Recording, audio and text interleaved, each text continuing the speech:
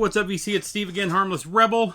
Back with 2 videos in 2 days, man. I haven't done that in years. But went ahead and did the whole record store day thing today, as I always do.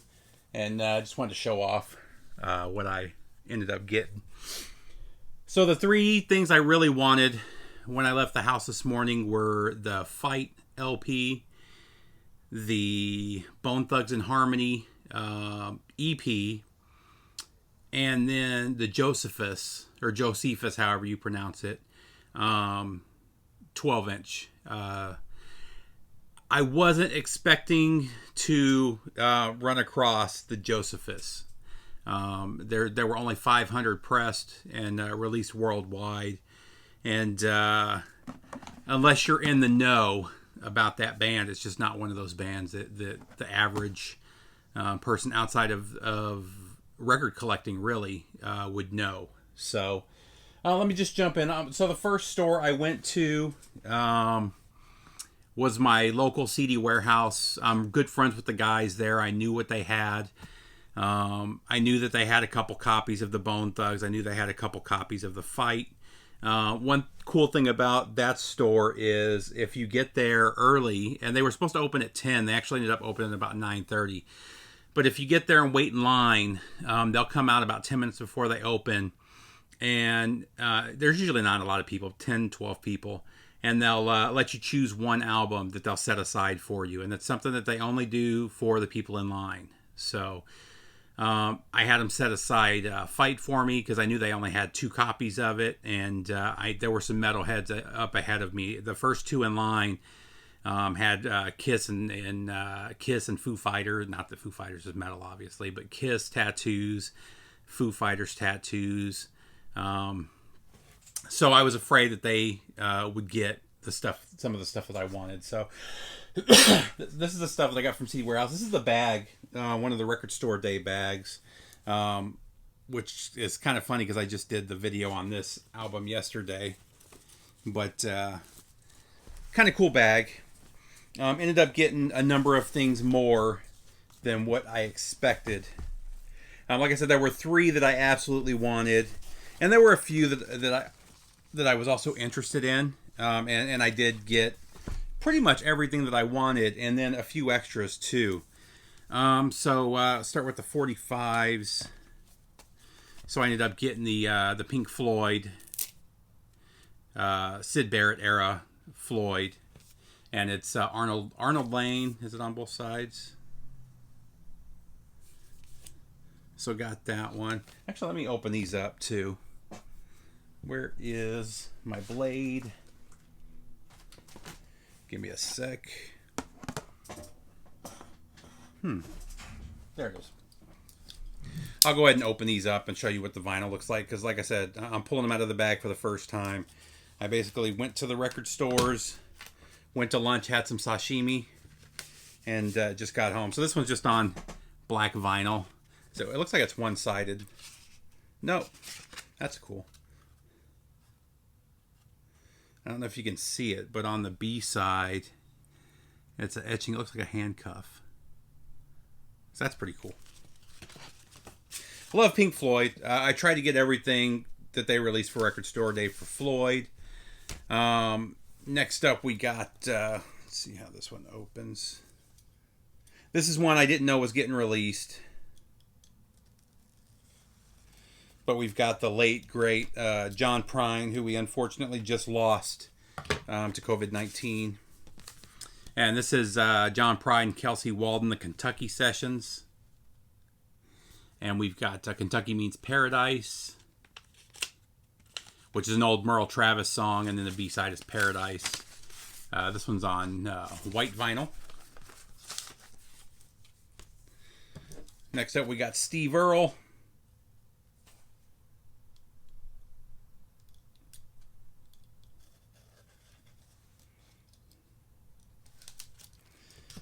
Should have slit all these open before I did this video. It looks like this one's just on black vinyl. But this is Times Like These and The Devil Put the Coal in the Ground. So I'm thinking this is going to be a little bit political here. Next up, this is one that I wasn't initially planning on getting until I saw that it was live. I didn't realize that this was a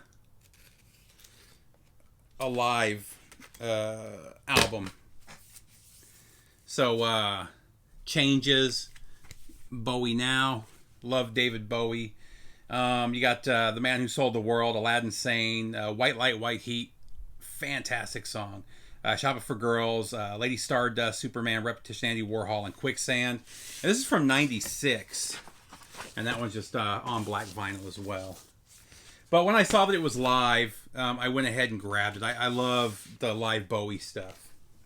And speaking of the live Bowie, this is one I wasn't sure I was going to get, but for $30, it was worth it for me. I went ahead and grabbed it. You never know with Record Store Day. Overall, the prices weren't too bad this year. That one's on black vinyl as well. But I also picked up from Bowie. I'm Only Dancing, the Soul Tour of '74. I love this era of Bowie. I love every era of Bowie. But Rebel Rebel, John I'm Dancing, Sorrow Changes, 1984, Moon Age Daydream, Rock and Roll with Me, Love Me Do, Young Americans, Can You Hear Me?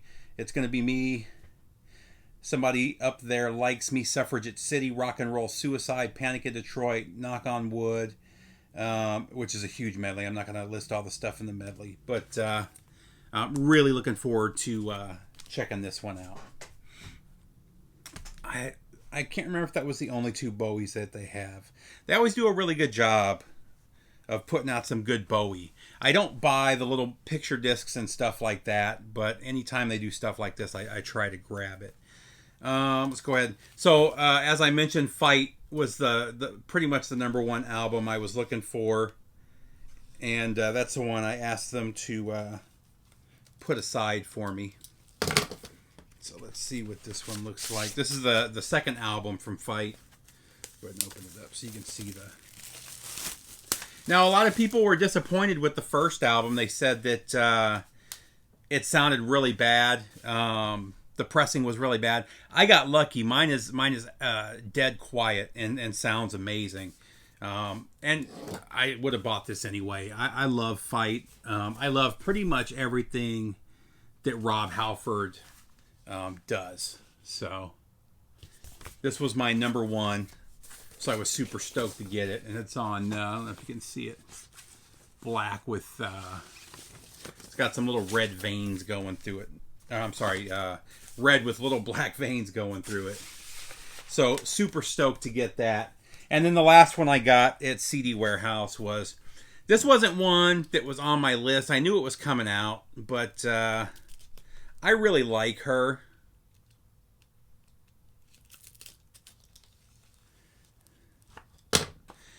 I'm usually not one for the young pop kids, but I really like Billie Eilish.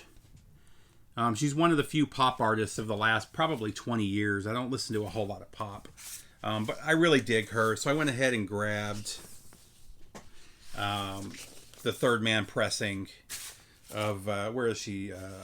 Live at Third Man Records. So this is from 2019. All the Good Girls Go to Hell, Ocean Eyes, Bad Guy, I Don't Want to Be You, and I Don't Want to Be You Anymore, Bury a Friend. So most of her hits right there, Come Out and Play, Copycat, I Love You, Bellyache, and When the Party's Over. So that was it. So as you can see, I did not get the other two albums that were on the top of my want list. I was actually I was going to go to another record store I usually go to, Sweet Melissa. But while I was in line, one of the guys said that they opened super early this morning. They opened at like 7:30. So it was already close to 10 when I left CD Warehouse. So I wasn't going to go. And I literally got about halfway home and then did a U-turn and decided, screw it. Even if they don't have anything I want, maybe they'll have something worth checking out. They usually have a decent selection of new albums. I still want to get the Deep Purple, and the Mobile Fidelity Johnny Cash, and they usually have stuff like that. So I went there to check that out and see if they had any leftovers, and actually ended up finding some pretty cool stuff. So let's see.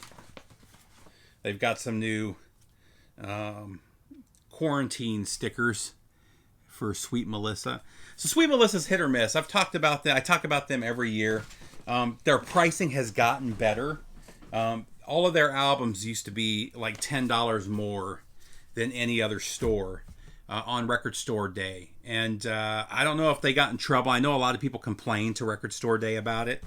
But last year they started lowering the prices. They're still a few bucks more expensive than other stores, but it's become more reasonable now. So the first one that I grabbed, and I didn't even realize this. This is kind of a disappointment.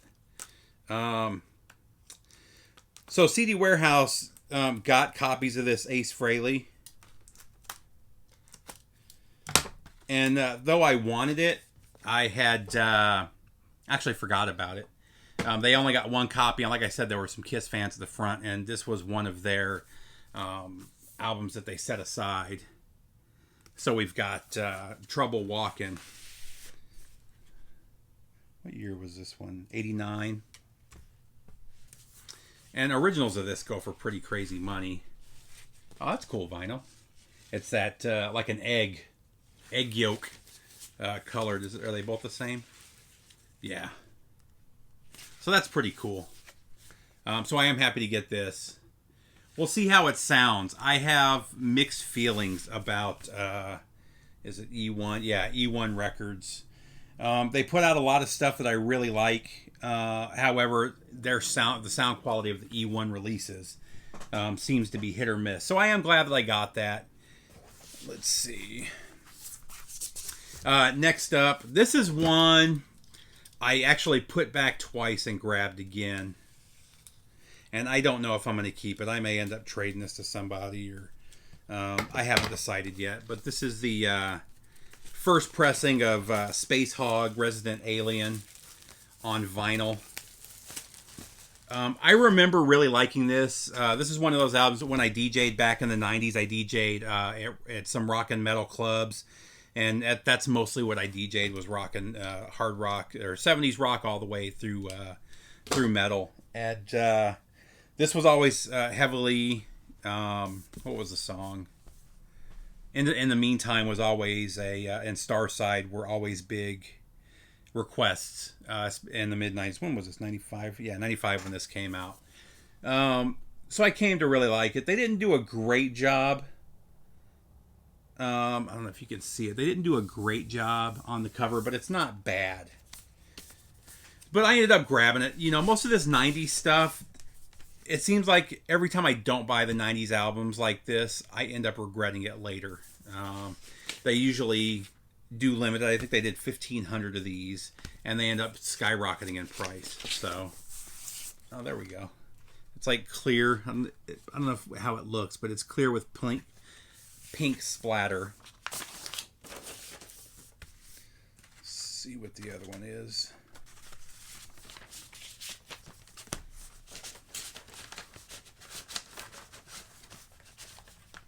And I probably paid $5 more than it was at most other stores, but that's fine. I'd rather regret paying a couple extra bucks than regret not buying it at all. So, there we go. We got Space Hog.